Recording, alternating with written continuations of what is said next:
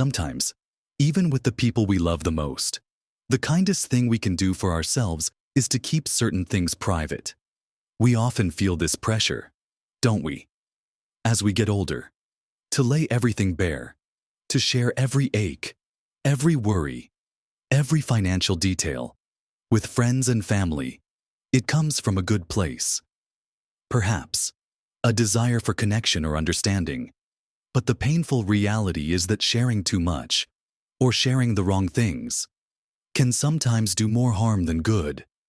It can invite unsolicited advice, unwelcome judgment, cause misunderstandings, or even put you in a vulnerable position.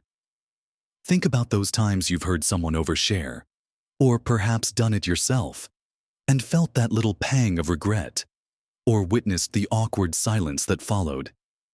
Maintaining a degree of privacy isn't about being secretive or untrusting. It's about self-preservation and protecting the peace of your own life and the health of your relationships.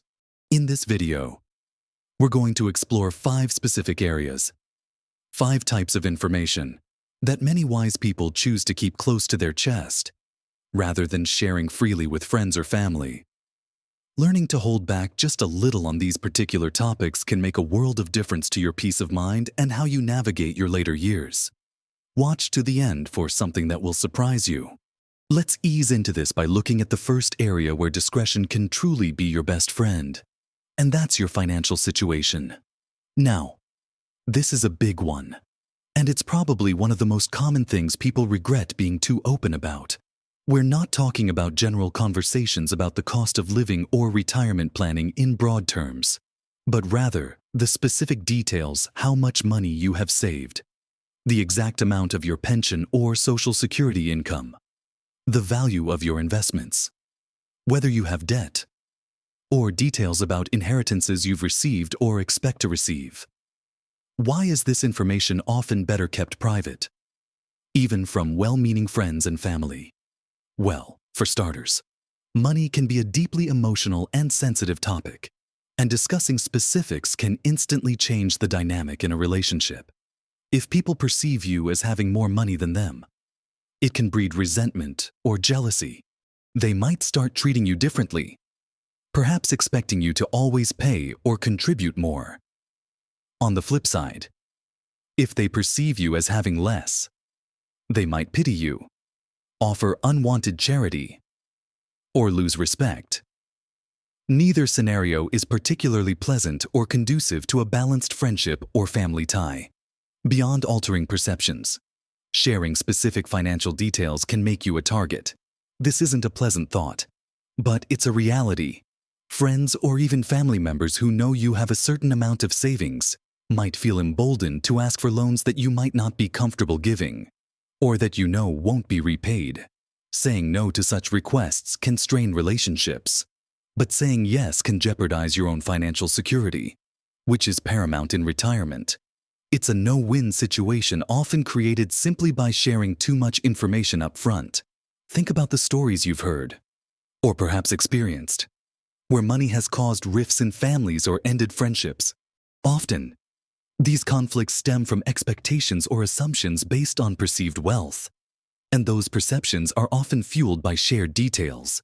Furthermore, sharing financial specifics can invite a barrage of unsolicited and often unqualified advice.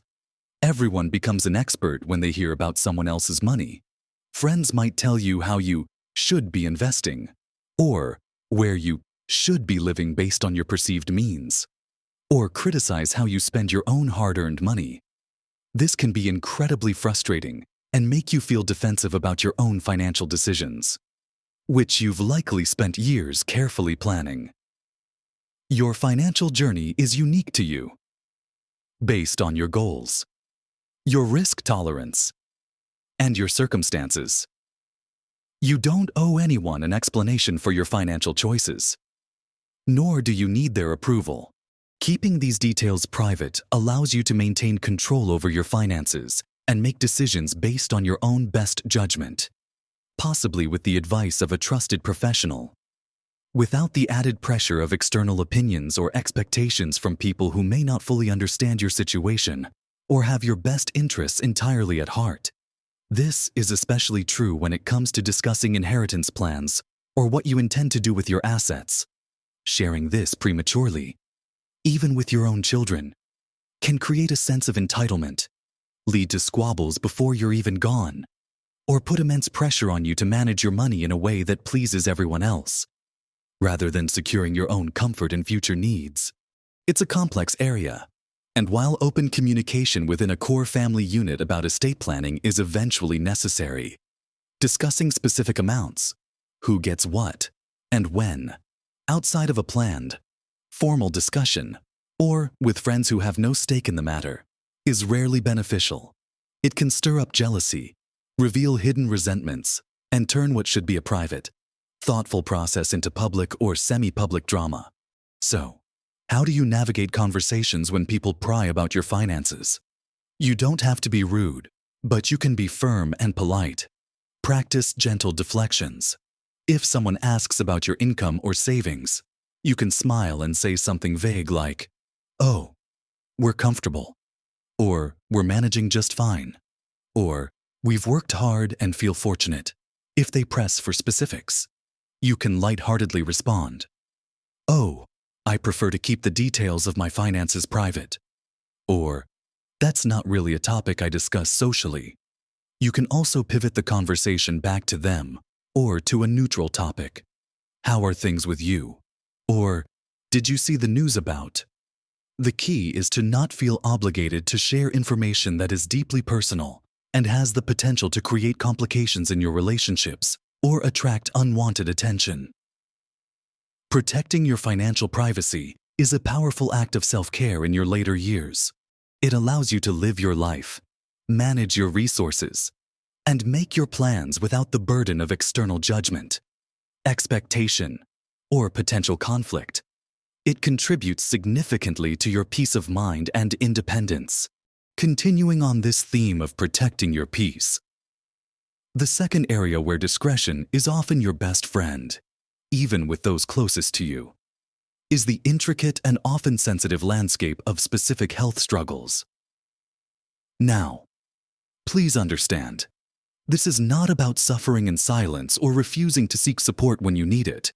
Sharing general information like, "I've been feeling a bit under the weather," or "My arthritis is acting up today," or "I'm heading for a checkup," is perfectly normal and part of connecting with others. What we're talking about here is delving into the minute, often graphic or deeply concerning details of specific diagnoses, chronic conditions, symptoms, treatments, and prognoses with everyone you encounter, or even sharing sensitive results from tests. While you might share detailed health information with a very trusted confidant or spouse for support, broadcasting the intimate specifics widely can often backfire. For one thing, it can quickly become the only thing people focus on when they interact with you. You become defined by your illness or condition in their eyes, rather than seen as a whole person with many facets to your life. Every conversation revolves around your symptoms, doctor's appointments, and medications. This can be incredibly isolating and prevent you from engaging in more positive, varied interactions. It can also make you feel constantly like a patient, rather than someone who is living their life while managing a health issue. Beyond defining you, oversharing health details can attract a tidal wave of unsolicited medical advice.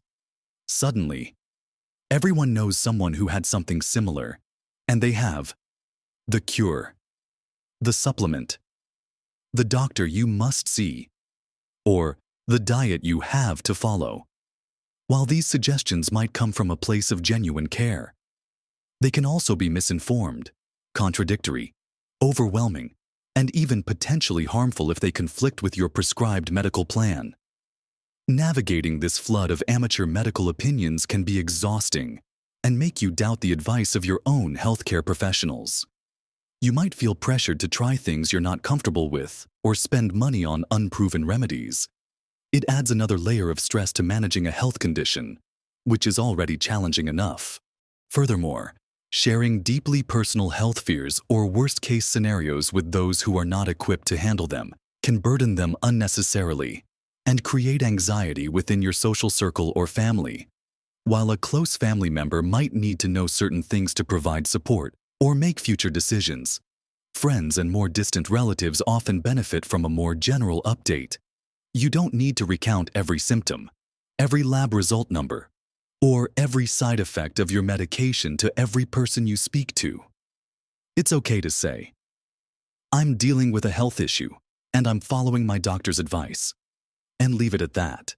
There's also the risk of attracting negative energy or becoming an object of pity or gossip. Sadly, not everyone handles health information with sensitivity. Some might share your story with others without your permission, or react in ways that make you feel weaker or more vulnerable than you are. Keeping the specifics private allows you to control the narrative and share only what you are comfortable sharing, when you are comfortable sharing it, with whom you feel safe sharing it. It preserves your dignity and allows you to focus your energy on managing your health privately and seeking support from professional sources or a very tight, trusted circle. Rather than constantly rehashing painful details or defending your medical choices to a wider audience. Remember, your health journey is deeply personal. While support networks are vital, you get to decide the boundaries of what you share. Protecting the specific details of your health struggles is not about being secretive. It's about maintaining your autonomy, managing stress, and ensuring that your relationships remain balanced and aren't solely focused on your ailments. It allows you to keep focusing on the positive aspects of your life and prevent your health issues, no matter how significant, from completely overshadowing who you are as a person. It's about choosing who you allow into the most vulnerable parts of your health journey and preserving your emotional and mental energy for healing and living. Moving beyond finances and health specifics. Another sensitive area that is often best kept private, even within families, is the intricate and sometimes painful dynamic of specific family conflicts or disappointments, especially those involving your children or grandchildren. While family is central to our lives, and seeking support during difficult times is important, airing specific grievances, detailing arguments, or openly criticizing your children's choices or your grandchildren's behavior to friends or extended family members can create more problems than it solves. Think about it when you share negative details about your family members. You are essentially asking the listener to take a side, or at least to form a negative opinion about people they may also know or be related to. This can put them in a very awkward position. They might feel obligated to agree with you, or they might secretly disagree and judge you for sharing. Regardless, it strains their relationship with the person you're discussing and potentially with you as well. Furthermore, family conflicts are often complex, with a long history and multiple perspectives. Sharing your side of the story, particularly in detail, doesn't provide a balanced view, and it can solidify negative narratives that are hard to overcome. You might feel better in the moment for venting, but those words hang in the air and can affect how others perceive your family members for a long time. Consider the impact on your own relationship with your children or grandchildren. If they ever find out that you've been sharing private family matters or criticizing them behind their backs, it can severely damage trust. Family relationships are often resilient, but trust, once broken, is incredibly hard to rebuild. Knowing that their personal lives or disagreements have become fodder for discussion outside the immediate family circle can lead to hurt feelings, resentment, and a reluctance on their part to share anything personal with you in the future. It can create distance and make resolving the original conflict even harder. Sometimes, in the heat of the moment or when feeling hurt or frustrated, it's tempting to confide in a friend. And having a trusted person to talk to is important. However, the key is to be mindful of what you share and who you share it with. Venting general frustrations. We're having a bit of a disagreement is different from providing a blow-by-blow account of an argument or listing your child's perceived failings if you need to process difficult family dynamics. Consider talking to someone truly neutral, like a therapist or counselor, who is trained to listen without judgment and help you find constructive ways to address the issues within the family unit, rather than simply airing them out. This also applies to disappointments you might feel about your children's life choices, their partners, or how they are raising their own children. It's natural to have hopes and expectations, but expressing specific disappointments widely can be deeply hurtful and unproductive. Your children are adults living their own lives, and while you can offer support and guidance when asked, criticizing their fundamental choices to others undermines your relationship with them and serves no positive purpose. Keeping these disappointments private doesn't mean you don't feel them, but it means you're choosing to manage those feelings internally or discuss them only in appropriate, private settings, rather than creating external negativity around your family. Protecting the privacy of your family's internal workings, even when there are difficulties, is a way of respecting the family unit and preserving the potential for healing and positive future interactions. It's about loyalty and discretion, understanding that not every family challenge needs to be public knowledge. It's a conscious choice to protect those relationships, even when they are strained. By not adding external judgment or gossip into the mix, this discretion fosters a sense of safety and trust within your immediate family circle, encouraging open communication among you rather than pushing issues underground or outside. Moving on to our fourth area, and this one is deeply personal: your deepest fears and insecurities, particularly those related to aging, mortality, or past regrets. It might seem counterintuitive. Shouldn't we be able to share our vulnerabilities with those we love? And yes, with carefully chosen, deeply trusted individuals. Sharing fears can build connection and provide comfort. However, sharing your deepest, most existential fears widely or with people who are not equipped to handle them can leave you feeling even more vulnerable, misunderstood, or dismissed. The fear of aging, the changes in appearance, the physical limitations, the loss of independence, is very real for many seniors. Sharing these specific fears, "I'm terrified of getting frail. I hate how I look now," can invite unhelpful platitudes. "Oh, you look great," or awkward silence from people who don't know how to respond genuinely. Similarly, sharing anxieties about death and dying, while a natural part of life, can be uncomfortable for others to hear and may cause them undue worry, or again, lead to superficial reassurances that don't address your true feelings.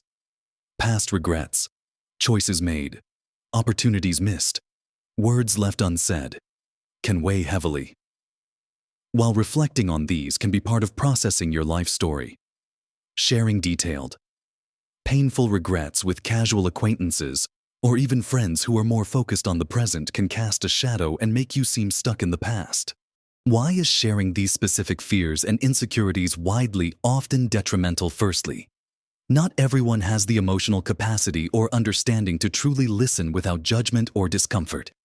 Some people might try to cheer you up in a way that feels dismissive of your feelings, or they might become visibly uncomfortable, making you regret sharing. Others might internalize your fears and anxieties, causing them stress, particularly your children, who may start to worry excessively about you based on the fears you've expressed.